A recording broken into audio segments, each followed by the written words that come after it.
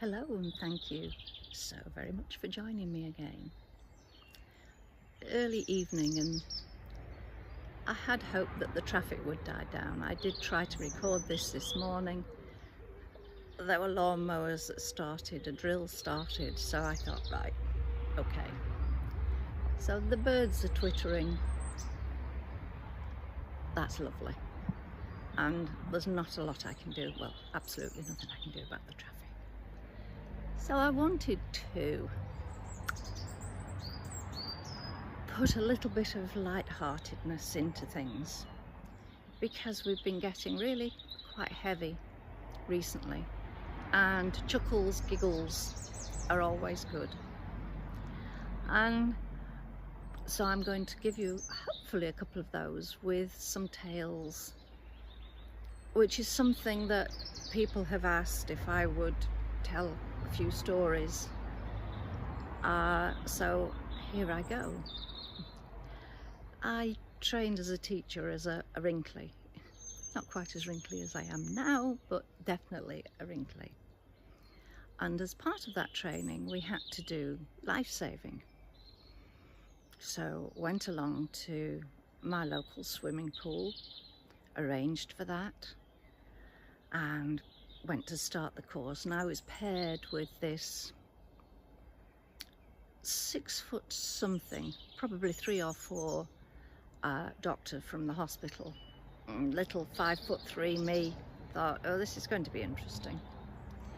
So having found out when we were doing CPR that he had no idea what to do, and I said, I thought you would. He said, no, I've got minions that do that. Okay, right. Then we came to the life-saving. So I had to dive in and let him lift me out, pull me out. Yep, did that. Then I had to do the same for him. Well, if somebody could stick themselves to the bottom of a pool, he could. He was glued to that pool bottom. And so I had to resurface, grab some more air, go back down. I thought, there's only one way I'm going to grab this bloke out of here. And I yanked on his trunks. And you know, he came up like a cork out of a bottle of pop. It worked. And I was able to take him to the side and drape him over the side as I needed to. Fortunately, I never had to do anything like that when I was actually teaching. But they do say that out of the mouths of babes and sucklings. I was on playground duty one day, and of course there's constant sorting of squabbles and fastening of shoelaces. And I was doing this for one particular child, and I felt a hand on my head. And I thought, what's going on?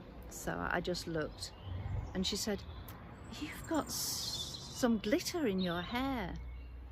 Not surprising, we had spent the time making Christmas cards, which for children of that age involved as much glitter as you could possibly have, all over the card, themselves, the floor, and obviously me. Anyway, I said, well, it was the glitter fairy. Okay. Did she put the grey in there as well? Thank you. But slightly older class of mine, we were doing a topic on space.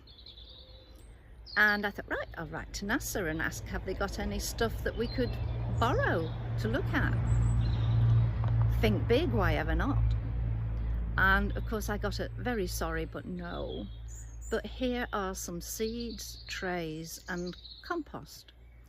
One set of seeds have been up into space and the other haven't. We would like you to feedback on the different growths. So the seeds were planted and watched nearly every 5 minutes to see if anything was happening.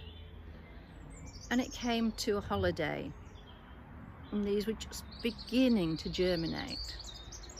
And it was a fight over who took them home. I said, right, okay, you've all worked hard, so I don't really want to pick anybody. I'm going to take them. Oh, okay. And then they realised that that actually was quite fair, otherwise they would have been So I brought them home and I put them on the conservatory window ledge. Careful not to mix up the two labels. And I came down the next morning and my cats had decided that they made a nice change from their litter trays. So there were little seedlings, compost all over the floor, replaced by things into which I will not go in any detail. I thought this is going to be interesting. Anyway, when we went back after the holiday, where are the seeds? So I thought I could tell a porcupine and say that they had all died, but I don't like telling lies. So I told them the truth and they fell about laughing. You couldn't trust us to take them home, and look what happened when you took them home. Anyway, we had great fun.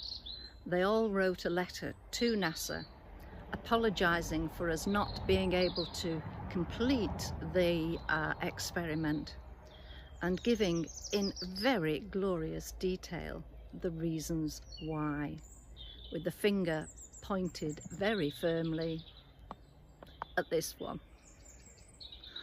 Do you know, I love working with children. Couldn't eat a whole one, but they are such fun. And I always learnt, I hope, as much from them as they learnt from me. So on that note, I shall leave the birds to their twittering and the folks to going up and down the road and say thank you for joining me. And I hope you're able to have a little chuckle, just a bit of gentle humour. Take care for now. Bye.